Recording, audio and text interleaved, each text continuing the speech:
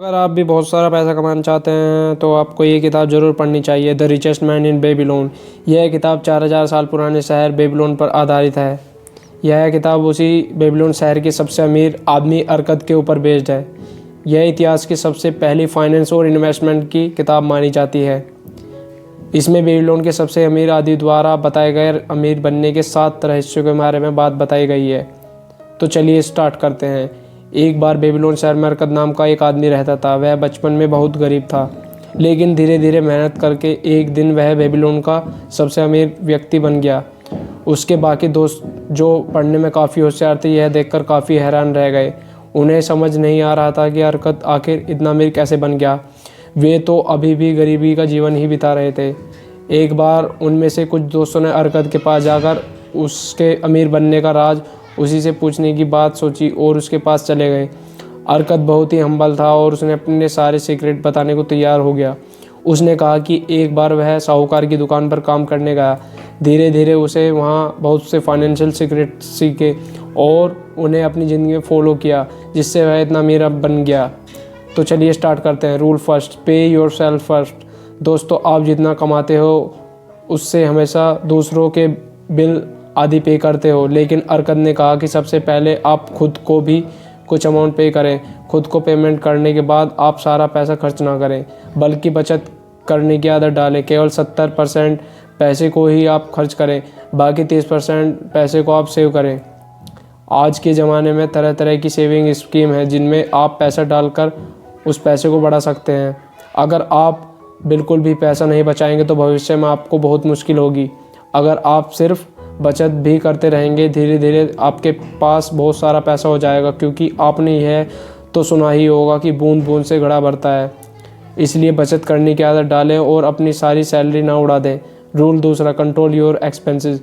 फिर अरकद ने अमीर बनने का दूसरा रूल बताया। उसने कहा कि अपने फालतू खर्चों को कम कर दे। बहुत से लोग बहुत ज़्यादा फालतू चीज़ों में खर्चा करते हैं। इससे उनके पास महीने की अंत तक कभी भी पैसा नहीं बचता और उन्हें हमेशा पैसे की किल्लत रहती है। इसलिए फालतू खर्चे को आज ही कम कर दें। अगर बहुत से OTT प्लेटफॉर्म जैसे नेटफ्लिक्स, अमेजॉन प्राइम आदि के सब्सक्रिप्शन ले रखे हैं तो उन्हें लिमिट में करें। अपने घर में नज़र दौड़ाएं, देखिए ऐसा कौन सा सामान है जो आपने कई महीनों से इस्तेमाल नहीं किया। ऐसे सामान को आप बेच सकते हैं और उससे बचे पैसे को आप बैंक में रख सकते हैं। इसी तरह से आप हफ्ते में आए दिन रेस्टोरेंट में जाकर खाना ना खाएं। इससे आप बीमार तो पड़ेंगे ही, साथ ही आपका बहुत सारा पैसा फालतू चीज़ में खर्च होगा। घर में बना खाना सबको पता है कि बहुत ही हेल्दी व स्वादिष्ट होता है और बहुत ही कम पैसों में बन जाता है। इसलिए अक्सर रेस्टोरेंट में ना खाकर आप महीने में एक आध बार जाकर खा सकते हैं। इस तरह के फालतू के टूर्स पर ना जाएं। अपने बजट के अनुसार आप किसी यात्रा का प्लान करें। महंगे होटलों में रहने के बजाय आप ओयो रूम या एयरबीएनबी के रूम में रुक सकते हैं। इसलिए हमेशा देखिए कि आप अपना खर्चा कहाँ और कैसे कर रहे हैं। ऐसे ही फ़्लाइट्स बुक करते बार आप सबसे सस्ती फ़्लाइट बुक करें। कुछ लोग जॉब लगते ही गाड़ी खरीद लेते हैं और लोन की किस्त भरने लगते हैं। उनके पास सेविंग के लिए पैसे कहाँ से बचेगा। जब तक आपको गाड़ी की ज़रूरत ना हो, आप सिर्फ दूसरों की देखा देख गाड़ी ना खरीदें। इसके बजाय आप पब्लिक ट्रांसपोर्ट का इस्तेमाल कर सकते हैं। महंगे ब्रांडेड कपड़े न पहनकर उनके जैसे ही दूसरे अच्छी क्वालिटी के कपड़े पहने।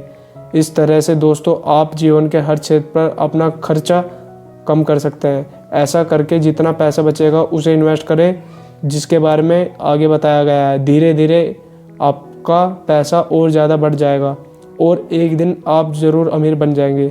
रूल तीसरा, make money work for you. अपने पैसों को घर पर ना पड़े रहने दें, बल्कि आप उसे और बढ़ाने की तरीक़ों पर विचार करें।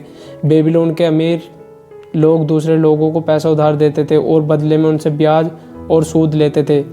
इससे उनका पैसा बहुत ज़्यादा बढ़ जाता था। ऐसे ही आज के समय में आप अपने बैंकों के पैसे को फिक्स डिपॉजिट में करवा सकते हैं या आप अपने पैसों को म्यूचुअल फंड में लगा सकते हैं। इसके अलावा डाकघर में तरह तरह की जो स्कीम है उनके बारे में जानकारी प्राप्त कर सकते हैं। आप किसान विकास पत्र ले सकते हैं। तरह तरह की बॉन्ड्स या ऋण पत्र भी खरीद सकते हैं।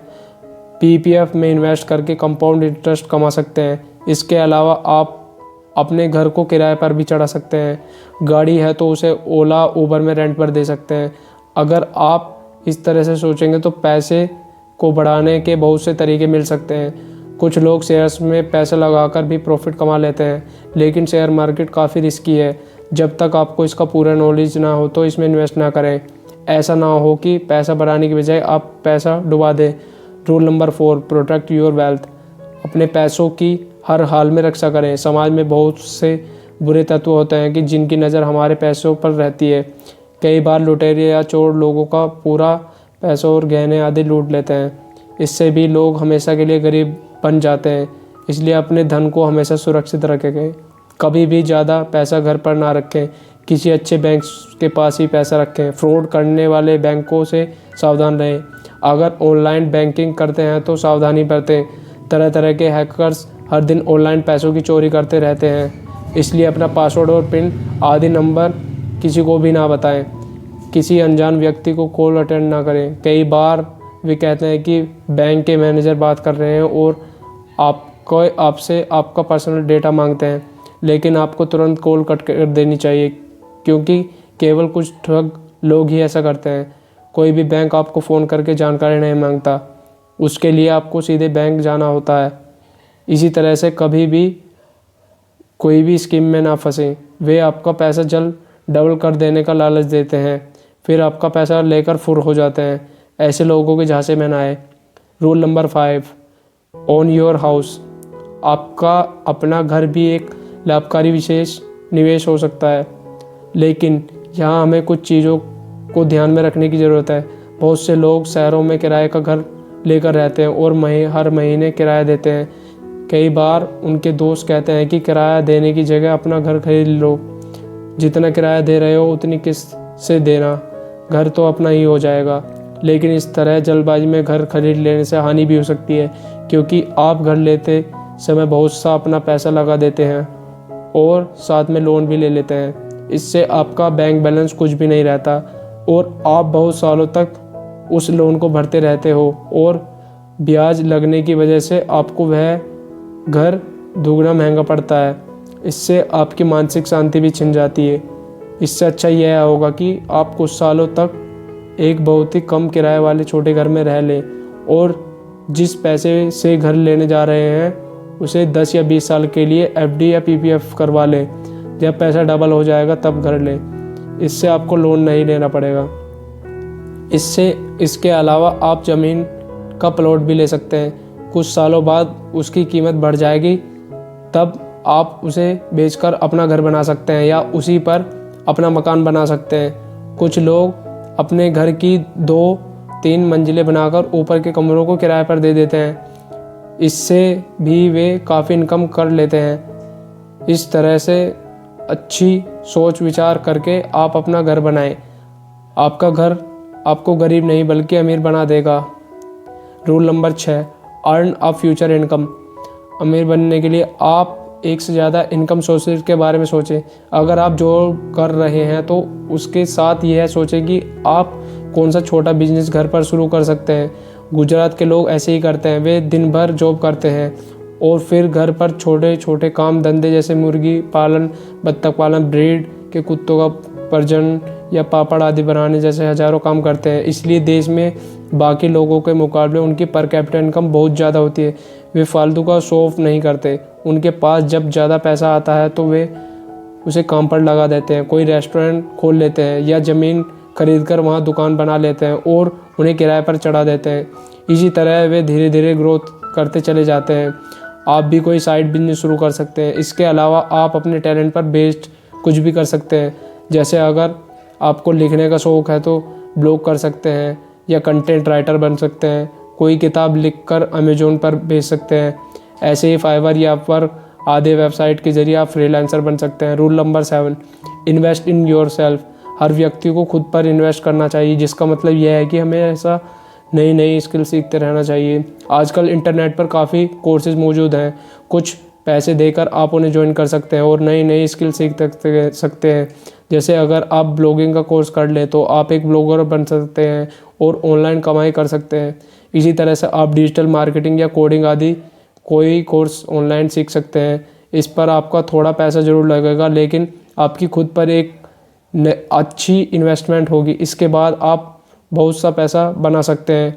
अगर आपको कोई चीज़ नहीं आती और आप सीखना भी नहीं चाहते तो आप उस चीज़ को आउटसोर्स कर सकते हैं, मतलब किसी और से करवा सकते हैं। जैसे अगर आपको वेबसाइट या ब्लॉग बनाना नहीं आता तो आप किसी वेब डेवलपर से बना सकते हैं।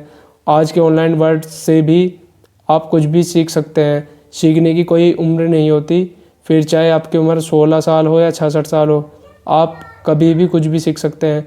बस ज़रूरत है आपके अंदर एक प्रबल इच्छा शक्ति होने की।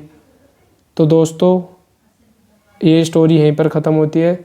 तो चलिए कमेंट करके बताइए आप अगली किताब पर किस किताब पर समरी चाहते हैं। वीडियो देखने के लिए आपका धन्यवाद। वीडियो को ज़रूर शेयर करें और चैनल को सब्सक्राइब